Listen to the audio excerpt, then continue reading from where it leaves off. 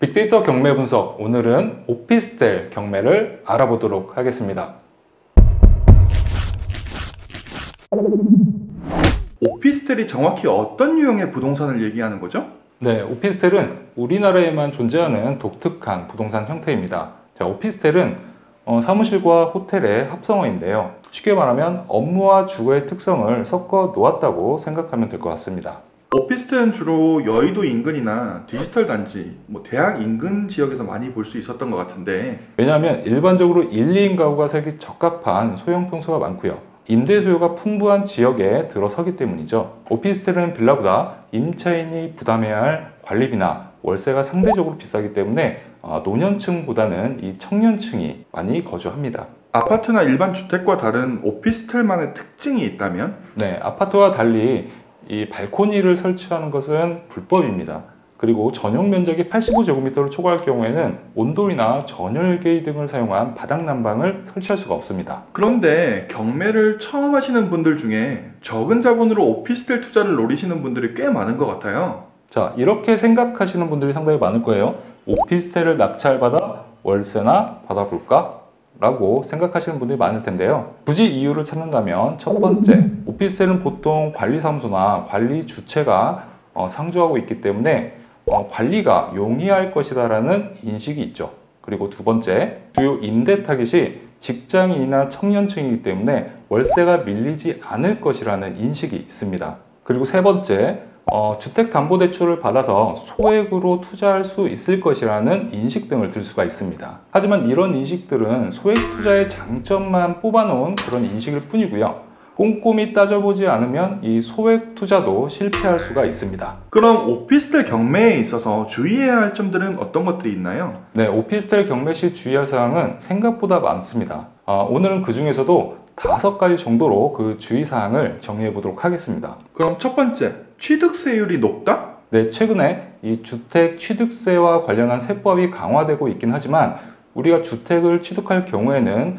보통 취득세율이 1.1%에서 3% 정도입니다. 물론 이 주택이 투기과열 지구내에 있거나 초고가 아파트 또는 다주택 보유자라면 이 취득세율은 더 높아질 수도 있겠죠. 하지만 이에 반해서 오피스텔은 업무용 시설로 분류가 되기 때문에 주택 면적이나 취득가액에 상관없이 4.6%를 취득세로 납부를 해야 합니다. 따라서 일반적인 주택보다는 이 취득세율이 더 높다는 점을 인지하고 투자하셔야 합니다. 두 번째, 전용 면적을 확인하자? 네, 이 아파트와 오피스텔은 분양 면적을 계산하는 방법이 다르기 때문에 투자자들이 자칫하면 착각할 수도 있습니다. 아파트는 이 공급 면적을 기준으로 해서 분양 면적을 계산을 하는데요. 오피스텔 같은 경우는 계약 면적, 즉 공급 면적에다가 기타 공용 면적, 지하층이나 관리 사무소 면적까지 합해서 계산을 합니다. 따라서 실무상 오피스텔은 이 계약 면적, 공급 면적과 기타 공용 면적을 포함한 이 분양 면적을 기준으로 해서 분양받거나 거래를 하기 때문에 분양 면적이 상대적으로 넓어 보이는 그런 착시 효과가 있기 때문에 평당 매매가를 계산하는데 실수를 범할 수도 있습니다. 예를 한번 들어볼게요. 자, 아파트와 오피스텔이 있는데 전용 면적이 각각 84제곱미터입니다. 자, 그런데 아파트의 분양 면적은 현재 112제곱미터로 나와 있고요. 오피스텔의 분양 면적은 153제곱미터로 나와 있죠. 자, 이거는 오피스텔은 기타 공용 부분까지 포함을 하고 있기 때문에 더 넓어 보일 수밖에 없습니다. 따라서 전용 면적은 같은 주택이지만 오히려 분양 면적이 더 넓어 보이기 때문에 평당 단가가 좀 더 싸다는 그런 착시 효과가 발생할 수가 있습니다. 이런 점들을 굉장히 유의하셔야 하겠습니다. 그럼 이런 착시 효과를 방지하려면 어떻게 해야 되죠? 네, 여러분들이 분양을 받거나 혹은 매매를 하거나 경매로 낙찰을 받을 때에는 이 전용 면적을 기준으로 입찰가를 산정해야 다른 물건과 정확하게 비교를 할 수가 있습니다. 세 번째, 오피스텔은 아파트보다 관리비가 더 많이 나온다? 네, 오피스텔은 이 관리비도 계약 면적을 기준으로 부과가 됩니다.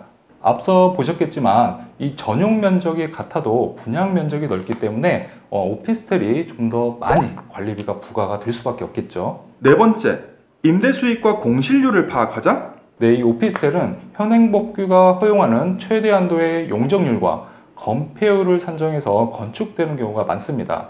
따라서 이 재건축이 상대적으로 쉽지는 않겠죠. 그렇기 때문에 여러분들이 재건축으로 인한 가치 상승을 기대하기보다는 매달 월세를 얻을 수 있는 임대 수익형으로 접근하는 것이 좋습니다. 따라서 임대 수익형으로 접근을 해야 하기 때문에 주변에 빈방이 많거나 월세가 낮은 곳이 있거나 옵션을 좀 더 잘 갖춘 곳이 있다면 어떻게 될까요? 수요자 입장에서는 좋은 물건부터 선택할 수밖에 없겠죠. 따라서 인근 지역의 공실률이라든지 현황, 향후 공급량 등도 여러분들이 꼭 확인하셔야 하겠습니다. 5번째, 입주자들이 선호할 만한 위치를 찾아라?